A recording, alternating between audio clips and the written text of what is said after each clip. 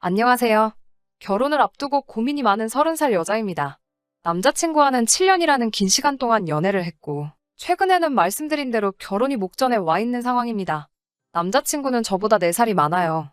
사람들이 말하는 1등 신랑감하고는 조금 거리가 있는 편이에요.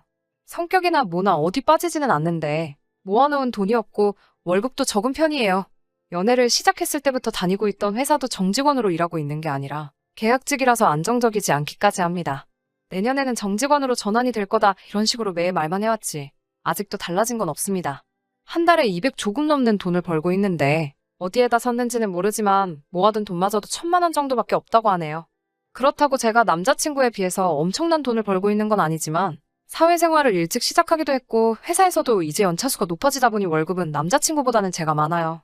저는 한 달에 280 정도를 받고 일하고 있고 제가 언젠가 결혼할 때를 대비해 모아온 돈이 8천만 원이 조금 안 되게 있습니다. 무조건 이 남자와 결혼을 하겠다는 건 아니지만 그렇다고 남자가 돈이 없다고 환승이별을 하는 게 저도 사람으로서 이기적이고 못할 짓이라는 생각도 들었고 저한테만큼은 참 잘했기 때문에 저도 헤어지지 않고 계속 만나고 있었습니다. 아무튼 그런 남자친구가 얼마 전부터 결혼 이야기를 꺼내기 시작했어요. 조금 부담스럽기는 했어요. 저는 그렇다 치더라도 남자친구 상황 뻔히 알고 있는데 준비가 안 된 상태에서 결혼을 하고 싶지도 않았고요. 저한테 말한 적은 없지만 사실 연애하면서 자기 명의로 전세를 끼고 아파트를 하나 구입했는데 요즘 집값이 널뛰듯이 팡팡 오르다 보니 차익이 많이 생겼다나 뭐라나요. 신혼집이 마련된 상황이니 자신이 생겼는지 자기도 이제 눈 깜짝하면 마흔이 되겠다고 하루빨리 결혼을 하고 싶다고 말하더라고요. 아파트는 구축으로 오래된 아파트이긴 했지만 지금 세입자들이 자기들 돈 들여서 리모델링도 해놓은 상태이고 우리는 그 집이 비워지면 그냥 들어가서 살기만 하면 된다고 하더라고요. 그동안 모아놓은 돈이 없는 모습에 많이 흔들렸는데 저랑 결혼하기 위해 아파트까지 미리 사놓았다는 사실이 장하기까지 했습니다. 저는 흔쾌히 남자친구의 청혼을 받아들였고 결혼 준비를 시작하게 되었습니다. 시부모님을 처음 보는 자리에서 상견례 때 양가 부모님께서 조율하셔야 할 만한 것들을 제 앞에다 대고 전부 다 말하시더라고요. 자기들은 아들에게 집을 해줬으니 더 이상 해줄 수 있는 게 없다고 단단히 못을 박으셨어요. 그리고서는 저보고는 모아놓은 돈이 얼마나 있냐고 물어오셨습니다. 나름대로 재벌이로 돈을 이만큼 모았다는 거에 자부심도 있어서 두 분 앞에서 자신있게 7천 정도 모아놓은 돈이 있다고 말씀드렸지요. 그런데 돌아온 시어머니 반응이 영 아니었습니다. 칭찬을 받고 싶은 마음이 있던 건 아니지만서도 요즘 세상에 서울에 아파트 갖고 있는 남자한테 시집가는 게 얼마나 힘든지 아냐면서 저보고 거의 결혼을 거저한다는 식으로 말씀을 하시니 서운한 마음이 들었습니다. 올해 시작되면서 세입자들이 그 집을 비워주기로 했는데 남자친구가 회사에서 출근하기 편하다는 이유로 그 집에 살림살이를 저보고 미리 채워주면 좋겠다고 하더라고요. 식만 올리면 낭장 들어가 살 집이고 식도 되도록이면 빨리 올릴 계획이었기 때문에 그러기로 했어요. 남자친구 혼자 살면서 결혼하면 바꿔버릴 가구들 몇 달 쓰자고 새로 사라고 하기도 뭐해서 저도 알겠다고 했습니다. 신혼집은 생각보다 많이 작았지만 이제 새로 시작하는 신혼부부가 살기에는 전혀 모자람이 없어 보였습니다. 전세입자가 집을 얼마나 깔끔하게 사용했는지 바꿀 것도 하나도 없었고 지하철역도 근처에 있어서 위치도 좋은 데다가 재개발 호재까지 있더라고요. 남자친구와 같이 인터넷을 보면서 혼수로 채울 것들을 고르고 있었어요. 신제품에 인기 있는 것들 위주로 보고 있는데 남자친구가 이건 좀 비싸지 않냐며 제가 고르는 것마다 퇴짜를 놓았습니다. 그러고서는 제게 제안을 하기를 남자친구가 혼수는 딱 2천만 하고 결혼식 비용이나 예단비를 제외한 나머지 돈은 우리 미래를 위해 아껴두는 게 어떻겠냐고 하더라고요. 그 말에 그러면 예단은 생략하고 양가 부모님들 1000만 원씩 해서 해외여행을 보내드리는 게 어떻겠냐고 저도 제안을 했죠. 집도 작으니 혼수 채우는데 돈도 그렇게 많이 들 것 같지도 않고 차라리 그 돈을 좀 더 의미 있는 데 쓰고 싶었어요. 남자친구는 그건 나중에 이야기하자며 말을 흐리더라고요. 가구며 생활가전이며 하나씩 들어오기 시작하니 신혼집이 한층 더 신혼집다워졌습니다. 이제 제법 보금자리 같은 느낌이 들기도 했고 침대가 들어오고부터는 저도 집으로 가지 않고 가끔씩 그 집에서 자고 가고 그랬어요. 그런데 그렇게 그 집을 다 채워놓으니 남자친구의 태도가 홀랑 바뀌어 버렸습니다. 혼수도 예상보다 돈이 덜 들어서 양가 부모님 해외여행을 좀 더 넉넉한 예산으로 보내드릴 수 있을 것 같더라고요. 그래서 간만에 그 이야기를 꺼냈더니 남자친구는 대번에 곤란한 표정을 지으면서 그렇게는 안 되겠다고 이야기를 하더라고요. 내가 모은 돈이고 의미 있게 쓰고 싶어서 그러는데 왜 안 되느냐 물었더니 이 집에 대해 감춰놓았던 충격적인 비밀을 듣게 되었습니다. 제 돈은 대출원금을 상환하는데 써야겠다고 대답을 하더라고요. 그래도 집값이 한참 낮을 때 사서 이익을 봤다고 하니 대출원금이라고 해봐야 그렇게 많다고는 상상도 하지 못했어요. 집이 오빠 명의로 돼 있는 건 맞는데 아직 은행 거나 다름이 없다고 대출원금을 줄이는 게 우선이라고 하는 어이없는 대답을 하더라고요. 그래서 대출금이 대체 얼마냐고 물으니 4억이나 된다고 합니다. 애초에 전세 끼고 집을 샀을 때 남자친구와 시부모님 쪽이 낸 돈은 합쳐도 3천 정도밖에 들지 않았다고 하네요. 모자란 돈은 은행에서 대출을 했다고 합니다. 거기에 집값이 오르면서 전세금까지 있는 대로 올려버려서 세입자가 나가는 바람에 전세금을 돌려주기 위해 집을 담보로 대출을 또 받았다고 하고요. 결혼 이야기를 서둘러서 진행한 것도 세입자가 나가게 되면서 내 돈으로 전세금을 조금이라도 더 돌려주기 위해 그랬던 거였네요. 그러니 당장 대출이자 갚는 데만 한 달에 100만 원씩 나가게 생긴 겁니다. 우리 둘이 버는 돈 합쳐서 500도 안 되는데 대출금을 그렇게 내면 우리 돈은 언제 모으냐고. 저도 눈물을 펑펑 흘리면서 사기꾼이라고 소리 지르며 한참을 싸웠어요. 그런데 남자친구는 자신있게 그 부분에 대해서는 자기도 생각한 게 있다고. 일단 진정 좀 하고 자기 아이디어 좀 들어보라고 하는 겁니다. 바로 우리 둘 월급 받은 걸 시어머니한테 관리를 해달라고 부탁하고 우리는 생활비와 용돈을 타서 생활하자고 하더라고요. 돈을 타서 생활하는 편이 쓸모없는 지출도 줄일 것이고 시어머니가 재테크 하나는 기가 막히게 하신다고 우리 돈 굴리면서 몇 년 뒤면 우리 부자 만들어 주실 거라고 믿고 맡기자고 하네요.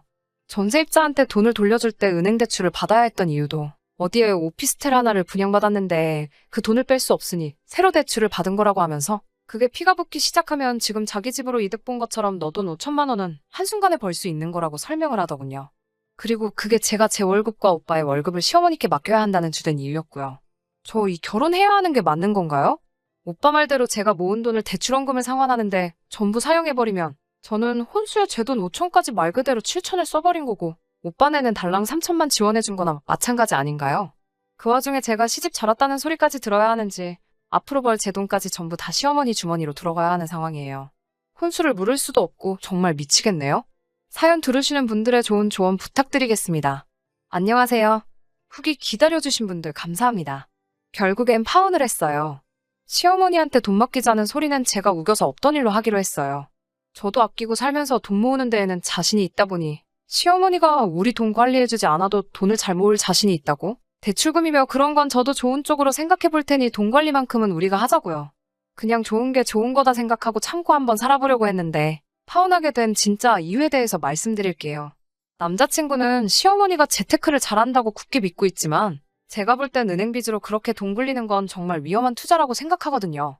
어쩌다 운 좋게 집값 오른 걸 실력이라고 착각하고 있는 게 아닌가 하는 생각이 더 들었습니다. 아무튼 시어머니한테 돈 관리하는 건 없는 일로 했으면 좋겠다고 하니 그 뒤로부터 오빠의 태도가 조금씩 변하기 시작했습니다. 제가 거절한 걸 가지고 불만이 참 많아 보였어요.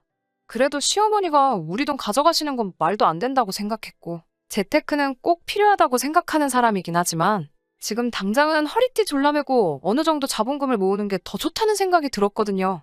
제 결혼 축하한다고 제 친구 중에 한 명이 저한테 프랜차이즈 빵집에 케이크 기프티콘을 하나 보내줬어요. 그런데 저도 오빠도 입이 짧은 편이라 케이크로 받으면 분명히 남아서 버릴 것 같아 아깝다는 생각이 들어서 빵집에 찾아가서 거기서 같이 팔고 있는 병음료로 받아갈 수 있냐고 물어봤어요. 뭔가가 달라서 안 된다고 하는 걸 억지로 케이크 가격보다는 조금 모자라게 해서 음료수 6병으로 바꿔왔습니다. 차라리 음료수는 두고두고 먹을 수 있으니 그게 더 경제적이라고 생각을 했거든요. 그런데 집에 와서 보니 한 종류만 제외하고 나머지가 유통기한이 이틀 뒤면 끝나버리더라고요. 바꿔올 때 미리 확인할 거리라는 후회가 들기는 했지만 제가 케이크를 음료수로 바꾼다고 할 때 난감해하던 직원분 모습이 생각나서 유통기한이 아주 지나가 버린 것도 아닌데 오빠랑 저랑 이틀 동안 3병씩 마시면 되겠지 하고 말았어요. 퇴근하고 온 오빠에게 음료수를 건네면서 한 병 먹으라고 말했어요. 오빠는 속이 더부룩해서 생각이 없다고 하길래 유통기한이 다 돼가서 빨리 먹어야 된다고 한마디 했죠.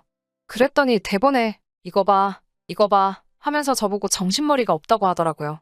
어떻게 먹을 걸 사오면서 유통기한 확인을 안 할 수가 있냐고. 돈 관리하는데 자신 있다고 그랬으면서 벌써부터 이런 기본적인 것도 챙기지 못한다고 잔소리를 하더라고요.